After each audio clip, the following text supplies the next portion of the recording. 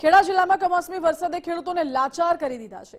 માલાવાડામાં 500 વીઘામાં તૈયાર ડાંગરના પાક પર વરસાદી પાણી ફરી વળતા ખેડૂતોનું મોઢે આવેલો કોળિયો છીનવાઈ ગયો છે। ખેડૂતોએ વીઘા દીઠ 15 થી 20 હજાર રૂપિયાનો ખર્ચ કર્યો હતો, પરંતુ ડાંગર લણવાની શરૂઆત થતાં જ વરસાદે હાહાકાર મચાવ્યો। નુકસાન ઘટાડવા ખેડૂતોએ મશીનથી ડાંગરનું ઘાસ બચાવવાના પ્રયાસો કર્યા, પરંતુ પશુઓ માટેનો ઘાસચારો પણ વરસાદમાં બગડી ગયો છે। આ વિસ્તારના ખેડૂતો મુખ્યત્વે ખેતી અને પશુપાલન પર નિર્ભર છે, જેના પર આ વરસાદે ગંભીર આઘાત પહોંચાડ્યો। ખેડૂતોએ સરકાર પાસે તાત્કાલિક સર્વે અને આર્થિક સહાયની માંગ કરી છે।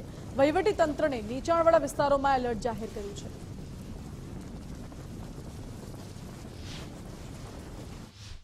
ત્યાં રાત્રે વરસાદ ચાલુ થઈ ગયો છે અને ડાંગર બધી અમારી પલ્લી ગઈ છે। અમારા ગામની અંદર 350 થી 400 વીઘા ડાંગર છે। હજુ 50 વીઘા ડાંગર ગામમાં લેવાય નથી। એ પહેલા તો વરસાદે અમને બધાને રોડાઈ દીધા છે અને અમારા પાસે ઢોરોને ખાવા માટે ઘાસ પણ ચારો નથી રહેવા દેવો કે નથી પબ્લિકને ખાવા માટે ડાંગર વધી। અમે જેટલી મહેનત કરી છે આજે અમને કશું મળ્યું નથી। એક વીઘે 15 થી 17 હજાર રૂપિયા અમે ખર્ચો કર્યો છે।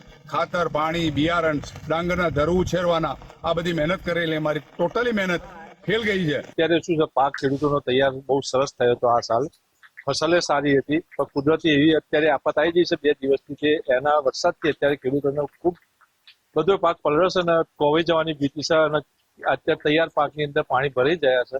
તો એ પાક ખેડૂતોને નુકસાન થાય તો એ નુકસાન માટેનું સરકાર અમને કોઈ પણ રીતે વળતર આપે અને કોઈ એની બધી કાર્યવાહી કરે, એ માટે મારે સરકારને અરજ છે।